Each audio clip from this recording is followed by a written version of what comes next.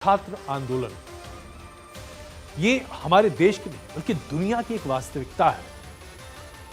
French revolution से लेकर आज तक यानी कि 17वीं शताब्दी से लेकर आज तक बीते 350 साल का इतिहास ये कहता है कि तमाम देशों के राजनीतिक भविष्य को छात्रों ने या तो संजोया है या बर्बाद किया है। इससे पहले कि मैं अपनी एनालिसिस आपके सामने प्रस्तुत करूं, ये तस्वीरें आपको दिखा रहे हैं जो कि अमेरिका की कोलंबिया यूनिवर्सिटी की है, जहां पर आर्थिक तरक्की है, शांति है, लोकतंत्र का चैंपियन माना जाता है अमेरिका को। लेकिन वहां पर छात्रों के साथ किस तरह का व्यवहार हो रहा है, ये पहले तस्वीरें देखिए। ये कोलंबिया यूनिवर्सिटी है, न्यूयॉर्क में है, बहुत ही प्रतिष्ठित आईवी लीग कॉलेज है। यहां पर एडमिशन पाना अपने आप में एक बहुत ही सम्मानजनक बात मानी जाती है।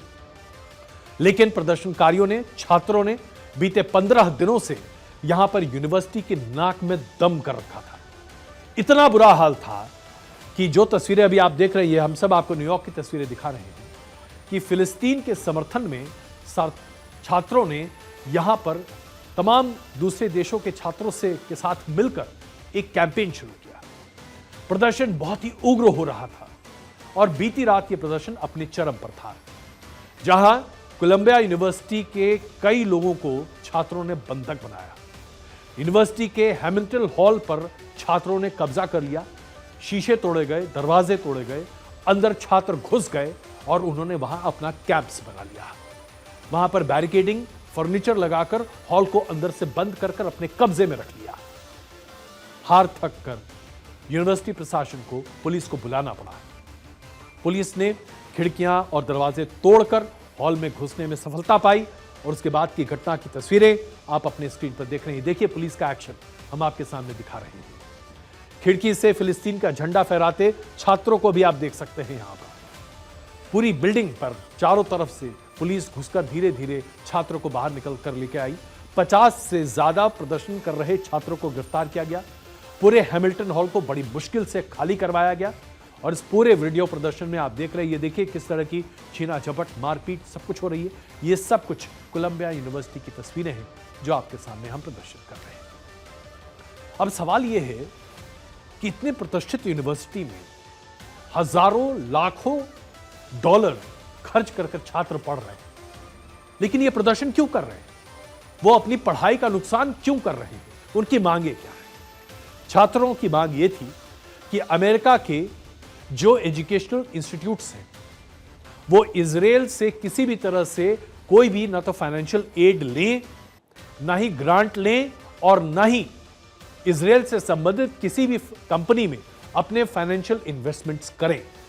पहली मांग। दूसरी मांग कि इजराइल या यहूदी संस्थान और कारोबारियों से पूरी तरीके से अपनी फाइनेंशियल दूरी बनाएं।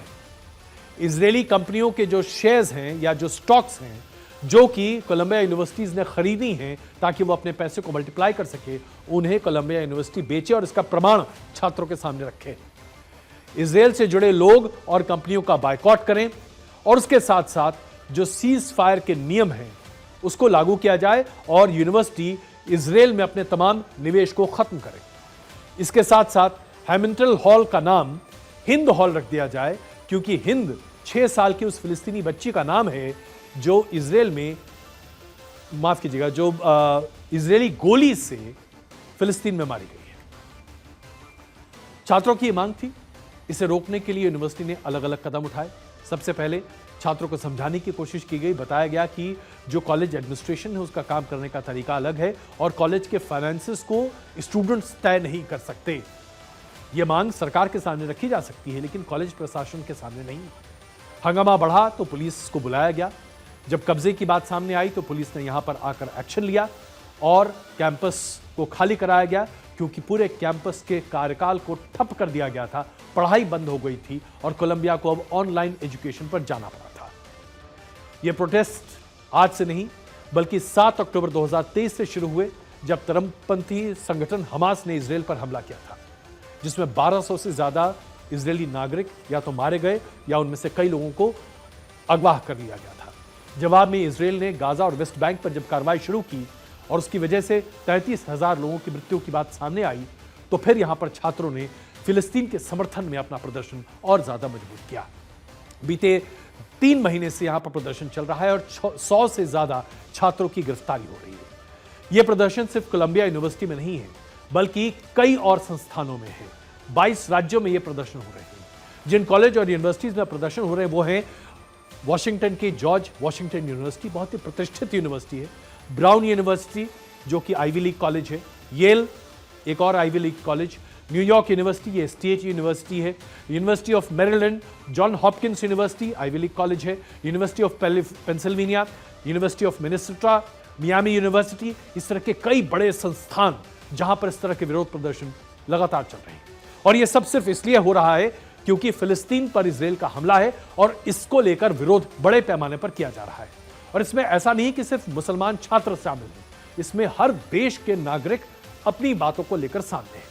लेकिन अब सवाल यहां पर यह खड़ा होता है, आज अमेरिकी प्रशासन ने छात्रों को हटाया और इस बात पर अमेरिका में चर्चा हो रही है और दुनिया भर में चर्चा हो रही है कि क्या यह लोकतंत्र का हनन नहीं है, क्या freedom of speech and expression का हनन नहीं है। इस पर चर्चा हो रही है और अमेरिका में इस बात को लेकर दूसरी चर्चा बहुत हावी है कि नहीं, freedom of speech and expression की एक लिमिटेशन है, एक सीमा है। आप एक हद तक ही जाकर अपनी बातों को कह सकते हैं। आपकी फ्रीडम वहीं तक है जहां तक मेरी नाक है, उसके आगे आपकी फ्रीडम नहीं, क्योंकि उसके बाद मेरी नाक शुरू होती है साहब। यह फिलॉसफी है लोकतंत्र का और यह फिलॉसफी भारत में भी मौजूद है। अब सवाल यहां पर यह कि फर्ज कीजिए कि यही प्रोटेस्ट हिंदुस्तान में हो रहा था और हिंदुस्तान के प्रतिष्ठित कॉलेजेस में हो रहा होता, आईआईटी में हो रहा होता, आईआईएम्स में हो रहा होता, Indian institute of sciences Bangalore में हो रहा होता, या फिर आप जेएनयू की बात कर लीजिए, दिल्ली यूनिवर्सिटी की बात कर लीजिए, मुंबई यूनिवर्सिटी की बात कर लीजिए, तो क्या होता? दुनिया भर के तमाम टीकाकार कहते कि भारत में लोकतंत्र का गला घोटा जा रहा है साहब, छात्रों को बोलने नहीं दिया जा रहा। लेकिन आज अमेरिका में जब यही हो रहा है तब इस तरह की बात नहीं निकल कर आ रही। बड़ी बात क्या निकल कर आ रही है कि छात्रों को सीमित अंदाज में अभिव्यक्ति की आजादी दी जानी चाहिए। तो यही पैमाना तो हिंदुस्तान पर भी लागू होना चाहिए साहब, लेकिन यहां पर लागू नहीं होता। यहां पर सीधे कह दिया जाता है, हर कोई लिख देगा, तमाम अमेरिकी अखबार, ब्रिटिश अखबार, फ्रेंच अखबार, जर्मन अखबार लिखेंगे भारत में छात्रों के साथ हो रही है ज्यादती, भारत में लोकतंत्र का घोटा जा रहा है गला। लेकिन जब अमेरिका की बात होगी तो अखबारें ये नहीं लिखेंगी, वो दोनों तरफ की बातों को सामने रखेंगे। यह है दोहरा मापदंड वेस्टर्न कंट्रीज का जो भारत को लेकर है। लेकिन आज जो प्रदर्शन हो रहा है उसमें एक बात मैं आपके सामने रख सकता हूं, और वो इसलिए क्योंकि इनमें से एक कॉलेज में मैं खुद भी पढ़ चुका हूं। अमेरिका के किसी भी कैंपस में जब आप पढ़ाई करते हैं तो वहां पर एक बहुत ही फ्री एटमॉस्फेयर होता है। आप अपनी बातों को मुखर तरीके से सामने रख सकते हैं, बातें होती हैं, विवाद होता है, बहस होती है, डिबेट्स होती हैं, बहुत अग्रेसिव होती है, लेकिन उसके बाद इस बहस को लेकर कोई घर नहीं जाता। इस बहस के ऊपर फिर बाद में कोई एक तबका दबाव बनाने की कोशिश नहीं करता। आज जो प्रदर्शन अमेरिका के तमाम यूनिवर्सिटीज में हो रहा है, इस प्रदर्शन में एक बहुत बड़ा बदलाव है साहब। यहां पर दबाव बनाने की कोशिश हो रही है, मानसिकता को बदलने की कोशिश की जा रही है, और यह बहुत खतरनाक है। अराजकता को बढ़ाने की कोशिश किसी भी देश में, किसी भी लोकतंत्र के लिए खतरनाक है। जो हमारे जमाने में होता था उससे बिल्कुल अलग आज मैं अमेरिका की यूनिवर्सिटीज में देख रहा हूं। मेरी खुद की अपनी यूनिवर्सिटी जहां मैंने पढ़ाई की, वहां भी यही विरोध प्रदर्शन देख रहा हूं, और उसके आधार पर मैं ये कह सकता हूं, हम जो स्टूडेंट्स यूनियन के ओल्ड एसोसिएशन बॉयज वाले हैं, हम सब लोग आपस में बात करते हैं और हमारी यही चर्चा होती है कि क्या इस तरह का प्रदर्शन हम अपने ज़माने में कर सकते थे? शायद नहीं, क्योंकि अभिव्यक्ति की आज़ादी की सीमाओं को हम मानते थे। आज भी छात्रों को यह मानना ही पड़ेगा। छात्र बदलाव के सबसे बड़े पैरोकार हैं, सबसे बड़े सूचक हैं, लेकिन छात्रों के ऊपर जिम्मेदारी भी है कि आप विरोध की आवाज़ को जिम्मेदारी के साथ बुलंद करें। मिस्टर एनालाइजर में आज के लिए बस इतना ही। लगातार देखते रहिए भारत 24।